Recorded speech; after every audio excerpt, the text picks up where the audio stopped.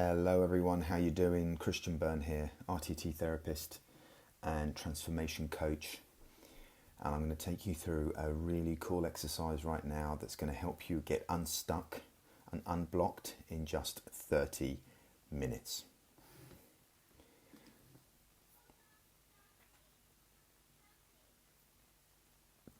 So this is a really, really cool exercise that I use with my clients in my coaching program called CALM. CALM stands for clarity, alignment, leadership, and momentum. And we do this during the clarity session, typically when a client is really stuck on a particular problem. But I actually started to use it in my own business, and I've helped my colleagues and my peers use it in some of their businesses as well. And it's proved super, super useful.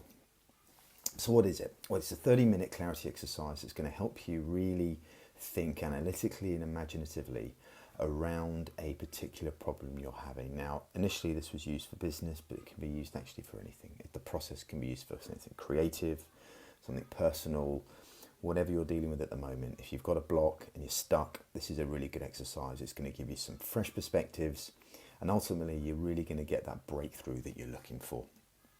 You're going to get clarity. You're going to get loads of insights, not just about the problem itself, but you're going to get a lot of insights about yourself. The way it's written is designed to unearth some really interesting information and useful insights about yourself. You're going to get time back. One of the reasons that I created this in the first place was to help my clients avoid investing a disproportionate amount of time in the problems that they were trying to solve. And you're going to get control. And most importantly, control is a really important part of resilience, which is an important part of calm. So you're going to get some control back in what you're doing. That's going to give you some relief. Everyone wants some relief, right? And finally, it's going to give you back some of that eagerness. I love eagerness. I think it's one of the most underused emotions that we have, because when we're eager, when we're really eager, we're enthusiastic, we have positive expectation, we're optimistic, we're passionate, and we're really, really moving forward. So, when to use this? When it hurts. When the problem is hurting, this is a great exercise to turn to, because when it hurts, you know it matters. And the second time to use this is when it matters, because you don't want it to get to hurting. So ideally, if you're faced with a problem right now, and you know it's important, you know it's an urgent and important task in the context of what you're trying to do or create, tackle it now.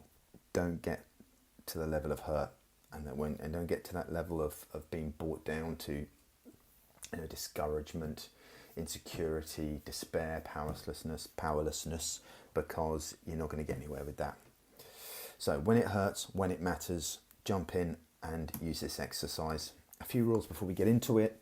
First of all, turn off all distractions, human and technology. Really, put your phone on silent. Really give yourself the space to do this exercise. Give yourself the mental clarity that you need to get into this. If you're looking at this right now in the times of this crazy coronavirus crisis, you might be at home with lots of family, so I know it can be quite difficult to find that time, but do your best to try and do this exercise when you will be uninterrupted for at least half an hour. I prefer pen and paper versus laptop, just simply because when I think and write information down, I tend to take on board at a deeper level and retain that information at a deeper level as well. Sometimes when I do these exercises on a laptop, and certainly my clients have done them on the laptop, they can get caught up in our filings and our archives in Dropbox or Evernote or Google Drive, or whatever it is you're using to organise your stuff.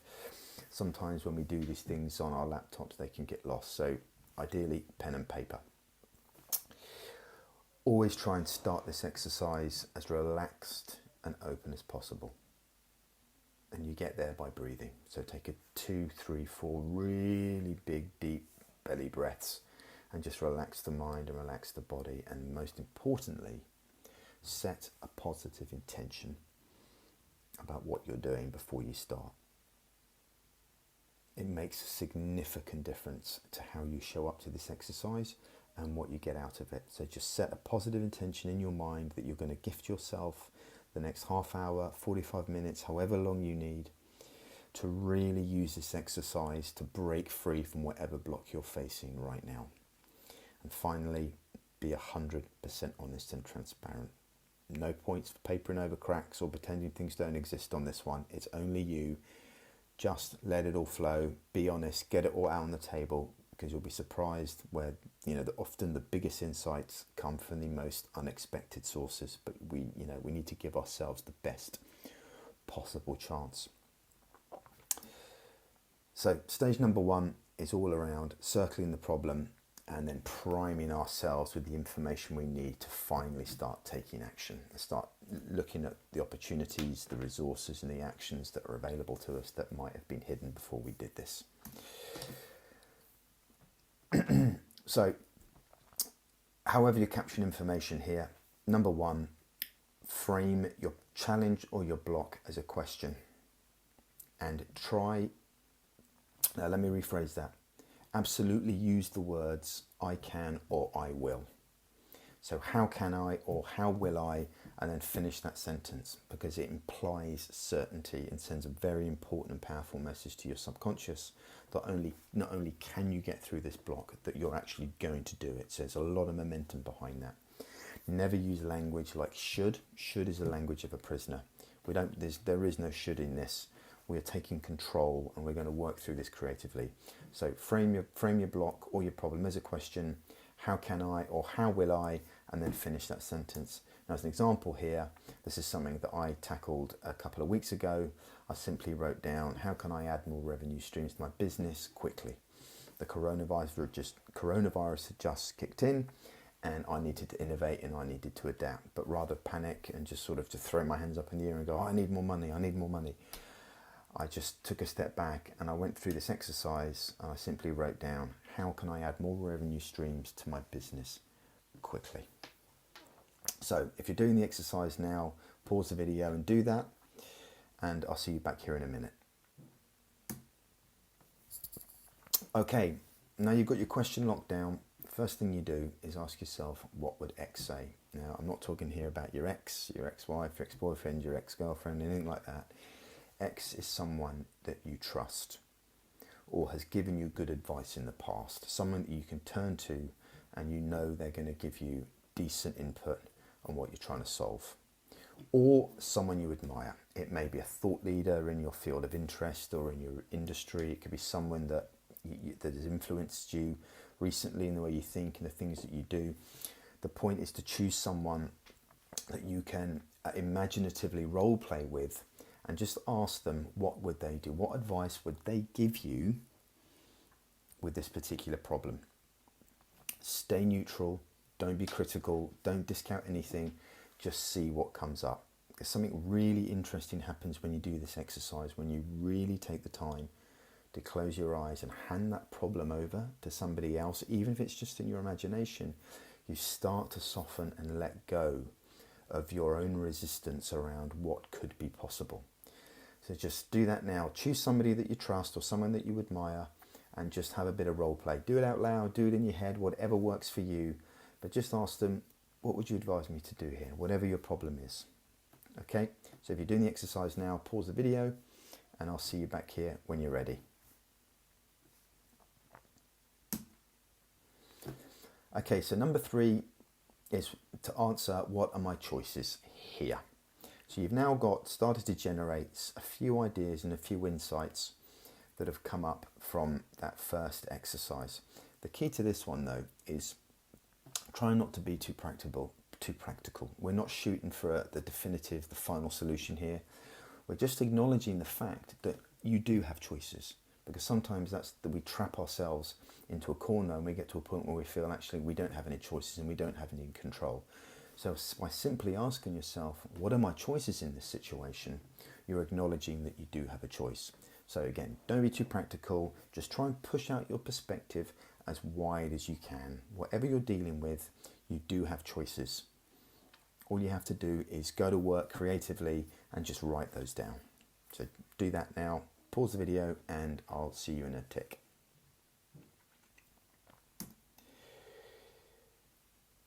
Right, so you've now got 2 columns of, or however you're laying this information out, you should start to be building a really interesting portfolio of ideas and insights and thoughts that are coming up from those past 2 exercises. So the next question is, and so what is my next logical move? So here, all you want to do is overlay some of the answers that you've gathered already and start to see where there are patterns or when ideas or possible courses of actions start to percolate up that make you feel good. So feel your way through this one, because emotions don't lie, guys. That's the thing. Sometimes we can be too analytical, and we're too analytical, that's when we block ourselves. Feel your way through here and start to look at those two, the information that you've gathered from the first 2 exercises, and start to build a picture that starts to give you a little bit of optimism, perhaps a little bit of belief, but certainly starts to feel a little bit softer than how you were feeling about the problem before. Again, feel, don't be over analytical. Again, we're not getting to the final solution here. We're just building that picture, circling the issue and priming ourselves to finally shortlist the actions that we're going to take. So pause the video and I'll be back in a tick. Right, we're going to pivot now for number 5. Just put those answers that you did for 2, 3 and 4 to one side a second, and go back, get back into the present and ask yourself, what's going right in this situation? Now, the reason we do this is that it jolts the mind back to the present, and it dials into what you should now is a very heightened sense of focus and a heightened sense of creativity. If we ask this question at the beginning of the exercise, chances are you're probably not going to find a lot going right in the situation. That's why you're here, right? You can't seem to find a way out of it. But now you've done a couple of exercises, you've primed the brain, you've got yourself thinking, you might starting to feel a little bit more optimistic, a little bit more enthusiastic about what you're doing. Now's the time to reflect back on that problem and ask, what's going right in this situation? Okay? And typically you start to reveal some quite encouraging overlaps when you look at what you've written for what's going right and start to overlap it with some of the insights that you've pulled up from the last section. So go ahead now on a separate piece of paper, or however you're capturing this information, ask yourself, what is going right in this situation for you right now?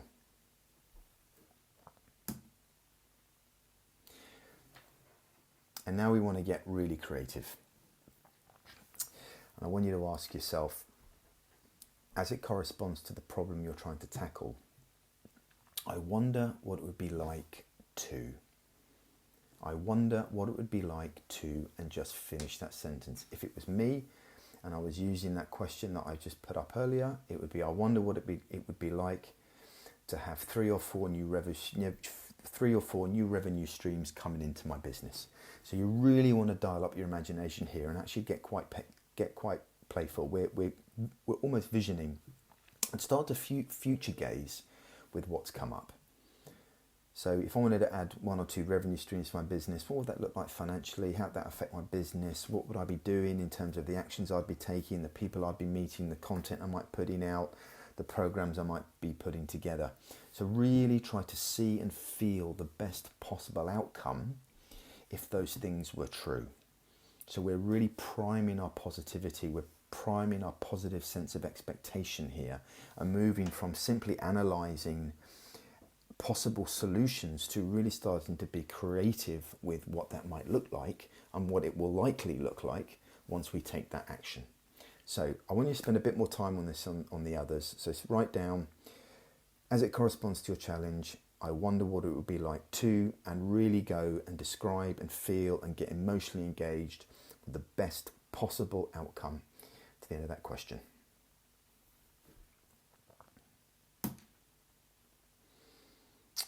Welcome back. How you doing? So the final part of stage 1 of circling and priming is where we start to connect all the dots. So we've got a number of different sources of information, of overlaps and connections that we've developed in this period of exercises. So the key question you've got to ask yourself here is, right, so what resources am I not seeing that this information is now showing me? So here you need to think out, maybe there's some people that have cropped up, or some groups of people, or some companies. Maybe there's some new technology solutions that you didn't see. Maybe there's some new information or learning you need to do. Maybe there's some research you can pull from, or some research that you need to do. Maybe there's some past experiences that you can pull from that you've forgotten about. Whatever it is, just with this information, you'll start to make these connections, and you'll start to identify all these different types of resources, which themselves are probably solutions and courses of action that you can take. Again, get it all down. Don't omit everything. Breakthroughs often come from the most unexpected source. So you want to give yourself the best possible chance. So get it all out on the table now. Have a look at what you came up with for number 2, 3, 4, 5, and 6. And start to ask that simple question: what resources am I not seeing?